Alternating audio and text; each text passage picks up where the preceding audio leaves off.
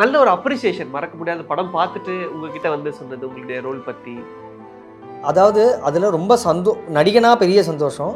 ஆனால் அதில் ஒரு சின்ன துக்கம் என்னன்னா, ரிவ்யூ ஷோவில் போய் பார்க்குறேன். நான் வந்து பாலசரவணன் சார்ட்ட கை கொடுக்குறேன், முனிஷ்காந்த் சார் அவங்க ஏதோ ஃபேன் நினச்சிட்டு கை கொடுத்து பேசிங்க சார், நான் தான் அந்த நார்த் இந்தியன் டாக்டர். நீங்கள் என்ன இப்படி மாறிட்டீங்க, என்ன மீச்சல் பாரி அடையாளமே தெரியாம மாறிட்டான்ல. கூட இந்த ரூம்மேட் ஒருத்தர் சொல்றாரு, ப்ரோ நல்ல படமா நல்ல டீமா போங்க, ஏதாவது உப்புமா படம் போகாதீங்க. ஸோ நானும் இது இன்னும் உப்புமா படம் போல செக் அவுட் பண்ணி பக்கத்தில் ஆஃபீஸ் போட்டிருந்தாங்கன்னா நமக்கு படம் எடுப்பாங்களா இல்லையா ஒன்றும் தெரியாதுல்ல. இது சரி இது உப்புமா படம்னு நினைச்சேன், ஆனால் இதுதான் என்னோட பிரியாணின்றது எனக்கு தெரியல. இப்போ டிஸ்சார்ஜ் பண்ணிருந்தேன். சேவனோட அனௌன்ஸ்மெண்ட் வந்தப்போ உங்களுக்கு எப்படி இருக்கு? தாய்க்கிழமைக்குல earlier-ஆவே வந்துருச்சு. அந்த படம் போஸ்டர் இருக்கும்போது நல்ல தாய்க்கிழமை வந்து நல்ல டாக் தான் இண்டஸ்ட்ரியில். படம் வந்து லாஸ்ட் அக்டோபர் மாதிரி பிளான் பண்ணிக்கிட்டு இருந்தாங்க. அப்புறம் இப்போது புதிய அறிமுகம் ஆச்சி ஹோட்டல் சாம்பார் 50 கிராம் ரூபாய் 20 மட்டுமே. வணக்கம் ப்ரோ, எப்படி இருக்கீங்க? வணக்கம், ரொம்ப நல்லா இருக்கேன். சூப்பர், ரொம்ப சந்தோஷம் இந்த கான்வர்சேஷன். ஏன்னா தாய்க்கிழவியோட சக்சஸ் ரொம்பவே சிறப்பாக போயிட்டு இருக்கு. மக்கள் வந்து செலிப்ரேட் பண்றாங்க. இன்ஃபேக்ட் அந்த படத்துடைய அந்த ரெஸ்பான்ஸ் அப்படிங்கிறது இந்த 2026 வாஸ் லைக் ஹியூஜ். ஸோ தாய்க்கிழவியில் உங்களுடைய பங்களிப்பும் பெருசு. படத்துல ஒரு முக்கியமான கதாபாத்திரம் ரொம்ப அப்படியே பார்த்தோன்னா அப்படி நோட்டிசபிளா இருக்குது. ஸோ தாய்க்கிழவிக்குள்ள அந்த ப்ராசஸ் பத்தி நம்ம பேசலாம். ஸோ உங்களுக்கும் சிவகுமார் அந்த அறிமுகம் எப்படி நடந்தது? ஆக்சுவலி நான் வந்து ஐடியில் ஒர்க் பண்ணியிருந்தேன். ஒரு 10 இயர்ஸ் ஆயிடுச்சு குவிட் பண்ணி ஃபுல் டைமாக ஆக்டராக ட்ரை பண்ணிக்கிட்டு இருக்கேன். எனக்கு வந்து கடைசி விவசாயி மணிகண்டன் அவர்களை ரொம்ப பிடிக்கும். அவர் ரொம்ப ஆதர்சம். மெதன்னையாக இருக்கட்டும், ஆண்டவன் கட்டளையாக இருக்கட்டும், அவரோட என்ன கடைசி விவசாயி எல்லா படமும் ரொம்ப பிடிக்கும். ஸோ அவர் படத்தில் எப்படியாவது நம்ம ஒர்க் பண்ணணுன்றதுக்காக நான் அதுக்காக தேடி அலைஞ்சிட்டு இருந்தேன். அவர் சென்னையிலே இல்லை. ஆமாம், அமைதியாக பதுங்கி ஒரு நல்ல படத்தை நான் அங்கே எடுத்துக்கிறேன் மாதிரி அவர் பண்ணிக்கிட்டு இருக்காரு. ஸோ அதை கான்டாக்டை பிடிச்சி இப்படியோ பிடிச்சி ஒரு அவரை எப்படியாவது போய் பார்த்து சந்திச்சிடணும்னு சொல்லிட்டு, நான் மதுரை தானே. ஸோ நம்ம அங்கே போகும்போது நம்ம மதுரையில் தான் ஆஃபீஸ் அந்த பக்கம் இருக்குன்னா நம்ம அங்கேயே போய் இவ்வளோ நாள் தெரியலையே, சென்னையிலே நம்ம சுற்றிட்டு இருக்கோமேன்னு சொல்லிட்டு கிளம்பி போனேன். செக்கானூர் பக்கத்தில் எங்கேயோ ஆஃபீஸ் போட்டிருந்தாங்க. அன்ஃபார்ச்சுனேட்லி அவரை என்னால் பார்க்க முடியல. அங்கே போனதுக்கு ஒரு ஆடிஷன்லாம் பண்ணிட்டு வந்தேன். ஸோ அந்த ப்ராசஸில் இந்த தாய்க்கிழவியில் ஒர்க் பண்ண ஒரு ஏடியோட நம்பர் கிடச்சிது. அவர் வந்து கடைசி விவசாயி மணிகனோட அசிஸ்டன்ட் சொன்னாங்க. ஸோ சிவகுமார் முருகேசன் அவர்கள் வந்து கடைசி விவசாயி மணிகனோட அசிஸ்டண்ட்டில் அவர் பண்ணியிருக்காரு. ஸோ அதனால் அவரும் மதுரை தான் அந்த ஏடி. இப்போ ஸோ ரொம்ப தம்பி ரொம்ப க்ளோஸ் ஆகிட்டாப்புல ஒரு மதுரைன்னு. இங்கே ஒரு படம் எடுக்கிறோன்னே ஒரு டாக்டர் ரோல் இருக்குது. நீங்கள் ஹிந்திலாம் இப்போ ஹிந்தி இங்கிலீஷ் தமிழ் ஃப்ளூயண்ட்டாக பேசுவேன்றதால சரி ஒன்றை பார்த்தாலே கொஞ்சம் நார்த் இந்தியன் மாதிரி இருக்கும்.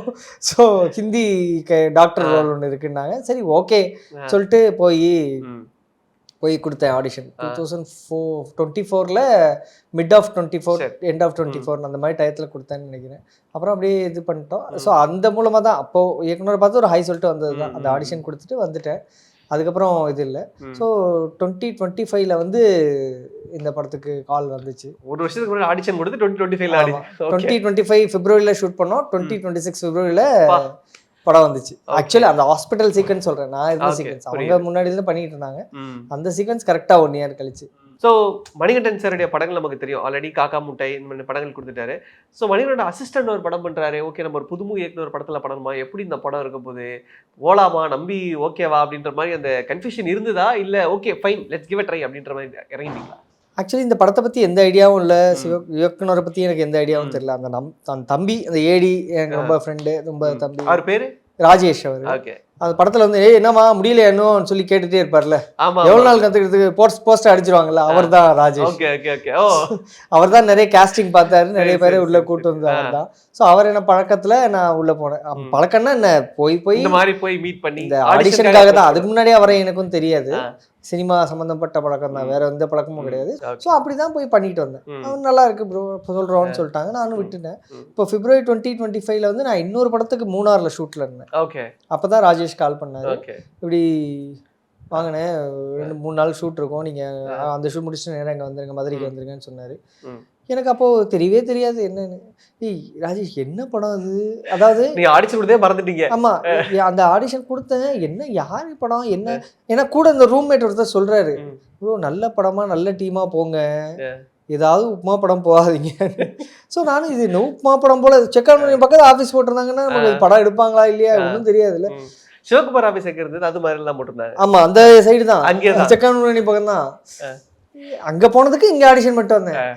இது சரி ஏதோ உப்புமா படம்னு நினைச்சேன், ஆனா இதுதான் என்னோட பிரியாணின்றது எனக்கு தெரியல அப்போ. ஸோ ராஜேஷ்ட கேட்குறேன் இது என்ன படம், அவர் வேற சொல்றாரு ஆக்டர் கரெக்ட் தானே, அது என்ன படம் ஏது, அது கொஞ்சம் பெட்டரான படத்தில் நான் பண்ணிக்கிட்டு இருக்கேன் மூணாறுல. முடிஞ்சிருச்சு ஷூட்டு போகலான்னு சொல்லிட்டாங்க. ஓகே பார்த்தா சரி வாங்க, என்ன இப்படி சொல்றீங்க, அருள்தாசனை, சிங்கமொழியன்னு, பாலச்சந்திரன், இவ்வளவு பேர் பிரைமரி ஆர்டிஸ்ட், ராதிகா மேம் நடிக்கிறாங்க. நான் வந்து ஸ்டன் ஆகிட்டேன், என்ன எல்லாம் பெரிய பெரிய பெரிய ஆளுங்களாம் சொல்கிறீங்க, சரி வந்துடுறேன்னு சொல்லிட்டு சிவகார்த்திகேயன் ப்ரொடக்ஷன் போதுண்டா சொல்லிட்டு போய் நடிக்க போனது தான். அதுக்கப்புறம் தான் அங்கே போய் தான் இயக்குனரை பார்க்குறோம், வாங்கன்னாரு. நான் மீசை மட்டும் வச்சுருந்தேன், எல்லாத்தையும் சரிச்சிட்டு வாங்க, நார்த் இந்தியன் டாக்டர் மாதிரி வாங்கன்னாரு. வந்து நின்னோம். அதே ஒரு பயங்கர ஜாலியான எக்ஸ்பீரியன்ஸ் இல்லை கம்ப்ளீட்டா. ஏன்னா அந்த இடத்துல என்னன்னா உங்களோட காம்பினேஷன் வந்து இப்ப தமிழ் சினிமா இண்டஸ்ட்ரியில முக்கியமான கமெடியன்ஸ், முக்கியமான சப்போர்ட்டிங் ரோல் பண்றவங்க எல்லாருமே. ஸோ அவங்களோட அந்த காம்போ, இன்னொன்று தேட்டரே வந்து ஒரு அந்த பர்டிகுலர் ஹாஸ்பிட்டல் போர்ஷன் வந்து செம்ம கலாட்டா ஃபன் போர்ஷன். எப்படி இருந்தது அங்க உங்களுக்கு? என்ஜாயபிளா இருந்தது, லேர்னிங்கா நிறைய இருந்தது, ரொம்ப ஜாலியா இருந்துச்சு. அதாவது ஆக்சுவலா சிவகுமார் சார் வந்து எழுதிட்டாரு இங்கிலீஷ்ல, இங்கிலீஷ் கூட எப்படி ஹிந்தி பிஹாரி ஆக்சென்ட்ல பேசுறதுன்றதே அவர் வேணும்னு. பேஷண்ட்னு சொல்லாதீங்க, பேஜென்ட் நேம் அந்த மாதிரி சொல்லுங்க, அதெல்லாம் ரொம்ப கைட் பண்ணாரு அவரு. ஹிந்தி இது மட்டும் அவருக்கு தெரியாதுன்றதால ஹிந்தி என்ன எழுதலாம் இங்கே இந்த மாதிரி சொல்லணும், ஹிந்தியில நீங்க போட்டுக்குங்கன்னாரு. அது நான் ஹிந்தின்றதால நான் எழுதி பேசிட்டேன், நான் இது பண்ணிட்டேன். அப்புறம் பாலசரவணன் சாரா இருக்கட்டும், சிங்கமொழி சாரா இருக்கட்டும், அருள்தாசனா இருக்கட்டும், முனிஷ்காந்த் சாரா இருக்கட்டும், எல்லாருமே வந்து ரொம்ப சப்போர்ட்டிவா, ரொம்ப ரொம்ப சப்போர்ட்டிவா, யாரு எதுக்கு புது புது ஆக்டர்ஸ் எல்லாம் போடுறீங்கன்ற அன்கம்ஃபர்ட்னஸ்லாம் இல்லாம ரொம்ப கம்ஃபர்டபுளா எங்களை வச்சுட்டு ரொம்ப நல்லா அழகா வேலை பார்த்தாங்க. இதாவது பண்ணி கொஞ்சம் நல்லா இருந்தா கூட ஒரு டேக்ல பண்ணது அது நல்லா இருந்துச்சு, அது பண்ணுங்க நிஷ்காந்த் சார் எல்லாம் சொல்லிட்டு இருந்தாரு, அது நல்லா இருந்துச்சு, அது வாட் ஆத்தான்னு கேட்பேன். அது ஃபர்ஸ்ட் டேக்ல பண்ணேன், அது அதுக்கப்புறம் ஏதோ இதுல விட்டுனேன், இல்ல அது நல்லா இருந்துச்சு, அது பண்ணுங்க நல்லா இருந்துச்சு, அது நல்ல என்ஜாயபிளா இருந்துச்சு, நல்ல ப்ராசஸ். சூப்பர். ஏன்னா அதுதான் சார் முக்கியமான போர்ஷன் உங்களோட அந்த போர்ஷன் வந்து. ஏன்னா இப்படித்தானே சிரிச்சுக்கிட்டு சொன்னாப்லனே, நான் நம்பிட்டேனே. அது அதாவது இந்த மாதிரி என்ன மாதிரி டெர்ஷியரி செகண்டரி டெர்ஷியரி ஆக்டர்ஸ்ன்னு சொல்லலாம் நம்மலாம். மூன்றாம் secondary, first artist, hero heroine, character artist, supporting, அப்புறம் தான் நம்ம எல்லாம் வரோம். ஆர்டிஸ்டா சின்ன சின்னதாக பண்ணியிருக்கோம். இப்போ படங்கள் பண்ணியிருக்கேன், நான் ஒரு 20 படம் பண்ணியிருக்கேன், கிட்டத்தட்ட சின்ன சின்ன ரோல்களாக பண்ணியிருக்கேன். முதன்மை இப்போ காற்றின் மொழின்னு ராதாமோகன் சார் ஒரு படம் கொடுத்தாரு, ரொம்ப ஒரு சீன் தான், ஆனால் ரொம்ப முக்கியமான சீன், அழகான சீன். ஜோதிகா மேம் கூட வந்து ஆர்ஜேவா இருப்பாங்க, அவங்க கூட ஒரு காலராக பேசுவேன். அந்த மாதிரி ஒரு சின்ன சீன், ஆனால் ரொம்ப நல்ல சீனு. ஸோ அந்த மாதிரி சின்ன சின்ன சீன் பண்ணிட்டு இருக்கோம். இப்போ என்னன்னா முக்கியமாக இந்த மாதிரி ரோல் பண்ணும்போது அந்த கதையில், அந்த கதையோட்டத்தில் நம்மளோட பங்கு என்ன, அதில் என்ன ஒரு பிளே இருக்கு, அதனால அந்த கதை என்னவா மாறுது. ஸோ அந்த ஒரு அழகான ஒரு போர்ஷன் இருக்கு, அது கிடைக்கிறது ரொம்ப அரிது. அது கிடைச்சிருச்சுன்னா நீங்கள் உடனே கிராப் பண்ணி அது வந்து உங்கள் திறமையை அங்கே காட்டினாதான். அண்ட் அதை தாண்டி சிவகார்த்திகேயன் வந்து அங்க செட்டுக்கு வந்துருப்பார் இல்லையா? அங்க ஏதாவது வந்தார் அங்க ஹாஸ்பிட்டல் போர்ஷன்ஸ்க்கு? ஆமா, அங்க ஹாஸ்பிட்டல் போர்ஷன் பண்ணும்போது அவர் பராசக்திக்காக ஷூட்ல இருந்தாரு. அப்போ அவர் வந்திருந்தாரு, ஹாஸ்பிட்டல் வந்திருந்தாரு. வந்து அங்கே அந்த ஹாஸ்பிட்டல் இவங்கெல்லாம் நண்பர்கள்ன்றதெல்லாம் அவங்கள பார்த்து பேசிட்டு மீட்டிங் இது பண்ணிட்டு இயக்குனர்லாம் பார்த்துட்டு போனாங்க. நாங்கள் ஷூட்டில் இருந்தோம், நாங்கள் நாங்கள் ஒன்றும் இது பண்ணல. ஓகே, நல்லா. இப்போ இவ்வளோ சினிமா மேலே ஆர்வம் இருக்கிறப்போ மதுரையில் ஷூட்டிங் நடக்கிறப்பெல்லாம் போகிறது உண்டு. ஏன்னா இப்போ நீங்கள் இருக்கிற ஏரியாவில் தான் குருவோட ஷூட்டிங் நடந்திருக்கு. அதுக்கப்புறம் வந்துட்டு ஜிகர்தண்டா நிறைய படங்கள் சுற்றி ஷூட்டிங், அப்போல்லாம் போய் பார்க்குறது அந்த ஆர்வம் இல்லை ஏதாவது? அதுக்கும் ஒரு சுவாரஸ்யமான கதை. நேருக்கு நேர் பண்ணும்போது நான் ஸ்கூலில் ஏதோ படிச்சுட்டு இருந்தோம், அப்போ வந்து வந்திருந்தாங்க ஷூட்டு. ஸோ உள்ளே விடலை, மெயின் வழியெல்லாம் போக முடியாதுல்ல. ஃப்ரெண்டு வந்து பயங்கரமாக கேட்டெல்லாம் பெரிய கேட் போட்டிருப்பான் அந்த மஹாலுக்கு, அந்த கேட்டை ஏறி பிடிச்சி வான்னா நான் வந்து இவ்வளவு இதாக எனக்கு பார்க்கணும்னு தெரியவே இல்லை, போடான்னு சொல்லிட்டு நான் வந்துட்டேன் வீட்டுக்கு. அப்புறம் படம் வந்ததுக்கப்புறம் பார்க்கும்போது இந்த மனம் விரும்புதே பாட்டு, சிம்ரன் பாட்டு எடுத்துருந்தாங்க. சே, கேட்டை குதிச்சிருக்கலாமேன்னு தோணுச்சு, இதை போய் விட்டுட்டோம் மேடா, தியாகம் பண்ணி அறிவாளியை யோசிக்கிறேன்னு நினச்சி எவ்வளோ அழகாக இருக்காங்க சிம்ரன் நினச்சேன். ஸோ அந்த மாதிரி ஷூட்டிங்ஸ் பார்ப்போம். குரு அப்போல்லாம் நாங்கள் வேலைக்கு அங்கே இல்லைன்னு நினைக்கிறேன். ஆமாம், அங்கே இல்லை. ஸோ வீட்டு பக்கத்துல இருக்கும்போது பார்க்க முடியலையே. ஸோ பாம்பே ஷூட்டிங் நடந்துச்சு, அப்போதான் ரொம்ப சின்ன வயசுல பார்த்தது. அதெல்லாம் பயங்கர ஆர்வமா இருக்கும் ஷூட்டிங் பார்க்கலாம். நமக்கு அந்த கான்டாக்ட்ல யாரும் கிட்ட போய் நிப்பாட்ட மாட்டாங்கல்ல. ஸோ சுற்றி இப்படி குதிச்சு தான் பார்க்கணும். ஸோ அப்படி பார்த்துருக்கேன். இருவரும் பார்க்கல. ஸோ சிவகுமாரோட ஐடியா அந்த ப்ராசஸாக நீங்கள் வந்து படம் நடிச்சிட்டீங்க, அதெல்லாம் தாண்டி தேட்டரில் போய் உட்காந்து ஃபர்ஸ்ட் டைம் நீங்கள் அந்த படம் ஐ திங்க் ப்ரிவியூவில் எங்கே பார்த்துருப்பீங்களே, ஃபர்ஸ்ட் டைம் பார்த்தோன்னு என்ன தோணுச்சு? ரொம்ப அருமையாக இருந்தது. அதாவது ஓவராலாக வந்து இப்போ இந்த தாய் கிழவி வந்து ஒரு திருவிழா மாதிரி மக்கள் கையில் இந்த படம் போய், ராதிகா மேம் சொன்ன மாதிரி தான் 2000-3000 டிக்கெட் விற்காம இருக்கிற காசுக்கே ஒரு 50 கோடி அது கலெக்ட் பண்ணிடுச்சுன்னா, இதுவும் எக்ஸாம் டைம் இப்போ இன்னொரு 2-3 வீக்ஸ் அது தாண்டி ஓடும். அதுக்கப்புறம் சம்மர் ஹாலிடேஸ். ஸோ படங்களும் வேறு பெருசாக இல்லை. தாய் கிழவி அவ்வளோ, அதாவது மக்கள் பாகுபலி அப்படி நான் பார்த்தேன். 1வது கூட இல்லை, 2வது வந்து கூட்டம் கூட்டமாக தேட்டர் போனோம், குடும்பமாக போனோம். அந்த மாதிரி வந்து இந்த படம் பார்க்குறது அந்த மாதிரி அந்த ஃபஸ்ட்டு ஷார்ட்டில் ராதிகா மேம் வந்து இந்த விளக்கேற்றி வைக்கிற ஃப்ரேமே எனக்கு ரொம்ப பிடிச்சிது. அவங்க அப்புறம் இவ்வளோ சாமிகளை சொல்லி, இவ்வளோ சாமி இருக்கான்றது எனக்கு அவ்வளோ, இவ்வளோ சாமி பேர் சொல்கிறாங்க சொல்லி அப்படி அந்த திண்ணூரை வைக்கும்போது செம்மையாக இருக்கடா ஷார்ட்ஸ். இந்த மாதிரி பார்த்து நம்ம அந்த கிராமத்து இதில் இல்லை, நம்ம டாக்டர் இதில் தான் இருந்தோம், ஹாஸ்பிட்டல் இதில் தான் இருந்தோம். ஸோ அங்கே வந்து இந்த இது ரொம்ப ஆரம்பமே அமக்கலமாக இருந்தது. ரொம்ப நல்லா இருந்தது. நல்ல ஒரு அப்ரிசியேஷன். மறக்க முடியாத படம் பார்த்துட்டு உங்ககிட்ட வந்து சொன்னது உங்களுடைய ரோல் பற்றி. அதாவது அதில் ரொம்ப நடிகனாக பெரிய சந்தோஷம். ஆனால் அதில் ஒரு சின்ன துக்கம் என்னென்னா, நான் தான் அதுன்னு பலருக்கு தெரியவே இல்லை. அந்த லுக்குக்கு போய் போய் பார்க்குறேன். நான் வந்து பாலசரவணன் சார்ட்ட கை கொடுக்குறேன், முனிஷ்காந்த் சார் அவங்க ஏதோ ஃபேன் நினச்சிட்டு கை கொடுத்து பேசிங்க. சார் நான் தான் அந்த நார்த் இந்தியன் டாக்டர். நீங்கள் என்ன இப்படி மாறிட்டீங்க, என்ன மீச்சேங்க சார், அடுத்த படத்துக்கு பார்க்கணும்ல சார். அதே மாதிரி அதுவும் நீங்கள் பாலசரவணன் சார் சொல்ல ஆரம்பிச்சிட்டார், நீங்கள் அப்படியே வாங்க, நீங்கள் கன்வீனிட்டி எதுவும் இல்லைல்ல, முதல்ல போய் சேவ் பண்ணுங்க, இதே மாதிரி வாங்க, அப்போ தான் உங்களுக்கு தெரியும் மக்களுக்கு. என் ஃபேமிலி கூட போகும்போது யாருக்கும் எனக்கு தெரியல. ஸோ இப்போ தான் இந்த இன்டர்வியூ பார்த்து தான் இனிமேல் தெரியணும், இப்போ தான் அது. ஏன்னா அது ரொம்ப சேஞ்ச், கம்ப்ளீட் ஷேவ் பண்ணி கண்ணாடிலாம் பண்ணி இது கண்ணாடி போட்டு வேற மாதிரி. அதாவது எனக்கு ஒரு ப்ளஸ் அது என்னன்னா, என்னோட முகம் நிறைய இப்படி மாறும். நான் என்ன சும்மா சின்னதா மீசை தாடி வச்சு இது பண்ணாலே மாறும், வேற மாதிரி தான் இருக்கு. ஆமா வேற மாதிரி இருப்பேன், டோட்டலா வேற மாதிரி ஆயிடுவேன். எல்லாரும் சொல்றாங்க, அதுதான் நான் நடிகனா பெரிய அப்ரிசியேஷன் ஆகுது. சேவனோட அனௌன்ஸ்மெண்ட் வந்தப்போ உங்களுக்கு எப்படி இருந்துச்சு? சேவன் ரொம்ப earlier, தாய் கிழவிக்குல earlier வந்துருச்சு.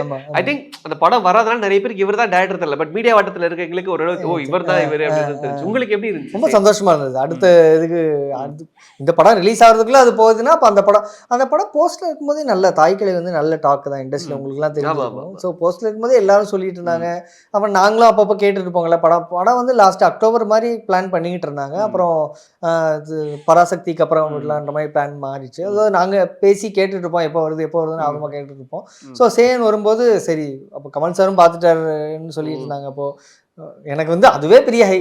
நம்ம நடிச்ச ஒரு ஃப்ரேமை கமல் சார் பார்த்துட்டார்ல, அது போதுண்டான மாதிரி. அவர் கூட ஒரு ஆட் பண்ணேன் ஆக்சுவலா, கமல் சார் கூட ஒரு டாமெக்ஸ் சின்னதா ஒரு சீன் அப்படியே வந்து அவர் பக்கத்துல நிற்பேன். எனக்கு அதுவே அப்பா பாக்கியம் செஞ்சுட்டோம் வாழ்க்கையில அந்த மாதிரி இருந்தது. இது வந்து அவர் பார்த்து அடுத்த படம் ஸ்டார்ட் பண்ண ரொம்ப சந்தோஷமா இருந்தது. ராதிகா மேமோட ஏதாவது பேசுறதுக்கான சந்தர்ப்பம் இல்ல, அவங்க செட்ல இருந்தப்போ அவங்க கூட காம்போவா ஒரு சீன் தான் எனக்கு இருந்தது. வாட் செல்வம் சொல்லி அவங்க வந்து பேசுற சீன். ஹாப்பியா இப்போ சிவகார்த்திகேயன் சார் கூட பேசும்போது அவர்கிட்டையும் போட்டோ எடுத்துட்டு இருக்கேன். சார் நான் தான் நார்த் இந்தியன் தெரியுமே, ஆனா உங்களை வேற யாருக்கும் தெரிஞ்சிருக்காதுங்க இல்ல. ஆமா சார், அதான் சார் யாருக்குமே தெரிய மாட்டேது. வாட் செல்வம் அவரும் கிண்டலா எல்லாருக்கும் அந்த டயலாக் இதாக ஆயிடுச்சு. ரொம்ப தியேட்டர்ல வெடிச்சு சிரிக்கிற இடம் இல்லை அது. ரொம்ப நான் இவ்வளவு எதிர்பார்க்கல ஆக்சுவலா. நேற்று டேரக்டர் இந்த சக்சஸ் மீட்ல நீங்க அந்த ஷார்ட் ஒய்டு எடுத்திருந்தேன், அதை பார்த்துட்டு நீங்க மாட்டலாம் சார் க்ளோஸ் கேட்டீங்க. நீங்க எனக்கு தெரியும் இது க்ளோஸ் கட் பண்ணாத ஒர்க் ஆகுது, இதுதான் கரெக்ட்னு அவர் சொல்றாரு. எனக்கு தெரியும் நீங்க அப்செட் ஆனீங்கல்ல, நீங்க அப்செட் ஆனீங்க, ஓகேவா நான் சூப்பர் சார் செமையா இருக்கு. ஏன்னா அந்த டைம்ல எல்லாரும் அந்த வைட்ல எல்லாரோட ரியாக்ஷனே வந்துட்டு அந்த பாலசரனுங்க அவருக்கும் செமையா இருக்கும் அது. மேம் கூட பெருசா அவங்க ஏன்னா அவங்க ப்ராஸ்தட்டிக் அந்த இதுல இருந்தாங்க. ரொம்ப ப்ராஸ்தட்டிக் அவங்கள பாக்குறப்ப எப்படி இருந்துச்சு? பிகாஸ் நாங்க படத்துல தான் பார்த்தோம், நீங்க நேர்ல பார்த்தா. ராதிகா மேமோட மிகப்பெரிய தீவிரமான ஃபேன். அதாவது அவங்க என்னன்னா ஒன்றுமே இல்லை சார். தங்க மகன் படத்தில் தனுஷோட அம்மா வருவாங்க. அந்த ஃபஸ்ட் நைட் அவங்க இது பண்ணும்போது கேஎஸ் ரவிக்குமார் சார் கூட அவங்க பக்கத்தில் உட்காந்துருப்பாங்க. அந்த பஞ்சு ஒன்று காதில் வச்சுப்பாங்க, பஞ்சு அப்படி பண்ணி ஒரு இது பண்ணுவாங்க. அவ்வளோ அழகாக இருக்கும், சின்ன சின்ன நுவான்சஸ். அப்புறம் கேலடி கம்பெனியில் வந்து ரஜினி ஸ்டைலில் நடந்து வர்றது, அவங்க பேசுறது, அவங்க பர்ஃபார்மன்ஸு. இன்னும் இந்த படம் மீண்டும் ஒரு காதல் கதை, பழைய ஆரம்பது 85ல் வந்த படம் நினைக்கிறேன். அது மனநிலை பாதிக்கப்பட்டவங்க மாதிரி நடிச்சிருப்பாங்க. அதாவது ராதிகா மேம், ஊர்வசி மேம் மாதிரிலாம் வந்து என்ன கேரக்டர்னா அவங்களால பண்ண முடியும். ஸோ வேற லெவல். ப்ராஸ்தட்டிக் மேக்கப் போட்டுட்டு கூட ஒரு நடிகனுக்கு வந்து பெரிய பாடங்கள் இருக்கு அதில். அதாவது ப்ராஸ்தட்டிக் மேக்கப் போட்டால் அது பார்த்துக்குன்னு நினைக்காம அதுக்காக வாய் எப்படி பண்ணிட்டு ஒரு ஒரு ஒரு நுவான்சஸ், ஒரு நகாசு வேலை செய்கிறாங்கல்ல. பெரிய கேரக்டர்னா அவங்க நடந்த அந்த விருமாண்டி இந்த இது வரும்போது என்ன ஒரு கூஸ்பம்பா, என்ன ஒரு நடை, அவங்க எப்படி பேசுகிறாங்க, எப்படி கை இது பண்ணுறாங்க, நான் ஜெயிச்சேன் இப்படி சொல்கிறது இருக்குல்ல, அவ்வளோ அழகாக இருக்குது. பர்டிகுலர்லி அந்த கிளைமேக்ஸ் போர்ஷன், பிகாஸ் தியேட்டர்ல பாக்குறப்ப அந்த சாங்கோட ரிலேட் ஆயிடுச்சு. அங்க ஷூட் பண்றப்ப உங்களுக்கு அப்படியே ஒரு கேஷுவலா இருந்திருக்குல்ல, தியேட்டர்ல பாக்குறப்ப எல்லாருக்குமே சர்ப்ரைஸ்ல அது. அப்போ வந்து இந்த மியூசிக் இதெல்லாம் போடலன்னு நினைக்கிறேன். ஆமா, அந்த பூ போட்டு அவங்களை வெளியே அனுப்பும் போது அவங்களுக்கு தெரியாது கமல் ரசிகர் அவருன்றது மட்டும்தான் தெரியும் எங்களுக்கு. கமல் ரசிகருக்கு இவ்வளவு கதைகள் பின்னாடி வரப்போகுதுன்றதுலாம் தெரியாது. எல்லாமே சர்ப்ரைஸ் எலிமெண்ட் தான். ஏன்னா நாங்கள் ஹாஸ்பிட்டல் சீக்வன்ஸில் மட்டும்தான் இருந்தோன்றதால அது ஃபுல் சர்ப்ரைஸ் இவெண்ட். படம் பார்க்கும்போது நானும் உங்களை மாதிரி ஃபேனாக தான் பார்த்தேன். அந்த ஹாஸ்பிட்டல் சீக்வன்ஸ் வரும்போது மட்டும் தான் எனக்கு தெரியும் இது. சேவன்ல எதிர்பார்க்கலாமா? அதாவது என்னோட மிகப்பெரிய பிரச்சனையே அதுதான். நான் பல படங்களுக்கு போய் ஆடிஷன் கொடுப்பேன்.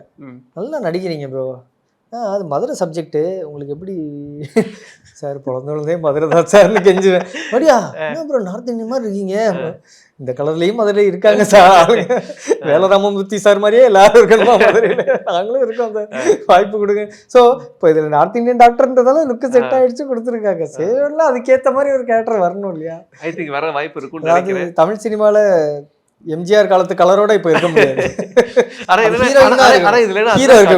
அதுதான் சொல்றேன், ஹீரோ கருப்பா தான் இருக்கணும், ஹீரோயின் நாங்க வெள்ளையா வச்சுப்போம், ஹீரோ கருப்பா தான் இருக்கணும். வேற என்ன ப்ராஜெக்ட் லைனப்ல எதிர்பார்க்கலாம்? இப்போ ஒரு இண்டிபெண்டன்ட் ஃபிலிம் ஒன்று பிடிச்சிருக்கேன், சின்ன படம். அதுலயும் டாக்டர் ரோல் தான் பண்ணியிருக்கேன். அப்புறம் தொடர்ந்து ஆட்ஸ், நான் ஸ்டாண்டப் காமெடியும் பண்ணுவேன். ஸோ அது நான் ஷோஸ் பண்ணிட்டு இருக்கேன். அது ஒரு பக்கம் போயிட்டு இருக்கு. ஸோ படங்கள் தொடர்ந்து முயற்சி பண்ணிட்டு இருக்கேன். கண்டிப்பா கண்டிப்பா. ஐ திங்க் இந்த ரோலுக்கு அப்புறம் ஒரு பெரிய எக்ஸாக்ட்லி இது பெரிய திறப்பு தான் இது. ஏன்னா நான் வனம் இதுக்கு முன்னாடி வந்தது இதே மாதிரி ஒரு இம்பார்ட்டன்ட் ரோல் இருந்தது. அப்போ ஸ்ரீகண்டன் சார் வந்து எனக்கு, அதுவும் வழக்கமான எல்லாரும் போகிற மாதிரி ஆடிஷன் போய் தான் அது கிடைச்சது. அது ஒரு ரொம்ப நல்லா பண்ணுறீங்க நீங்கள், உங்களுக்கு இந்த சின்ன கேரக்டர் பார்த்தாதுன்னு அவங்க பெரிய கேரக்டர் கொடுத்தாங்க. அவங்க பெருசாக என்னை கண்டுக்கிட்டு என்னை எடுத்து நீங்கள் இதுக்காக பண்ணுங்க, இந்த கேரக்டர் பண்ணுங்க, போஸ்டரில் வர்ற அளவு அந்த ரோல் ரொம்ப இம்பார்ட்டண்டான ரோலாக இருந்தது. அதுக்கப்புறம் இது ரொம்ப முக்கியமான ரோல். கண்டிப்பாக ரொம்ப சக்ஸஸ்ஃபுல்லாக போயிட்டு இருக்கு தாய் கிழவி. ஐ திங்க் இன்னும் தியேட்டருடைய ரன் லாங்காக இருக்குது. இந்த வீக்கெண்டும் அது ஃபுல்லாக போயிட்டு தான் இருக்க போகுது. அண்ட் அஃப்கோர்ஸ் ஓடிடி வந்தாலும் இது ஒரு பெரிய செலிப்ரேஷன் இருக்க போகுது. வாழ்த்துக்கள் உங்களுக்கு, வாழ்த்துக்கள் இந்த படத்துக்கு. தொடர்ந்து நீங்கள் இன்னும் நிறைய படங்கள் பண்ணும், நிறைய இன்டர்வியூல நம்ம உட்காரலாம். தேங்க்யூ. இப்போது புதிய அறிமுகம் ஆச்சி ஹோட்டல் சாம்பார் 50 கிராம் ரூபாய் 20 மட்டுமே.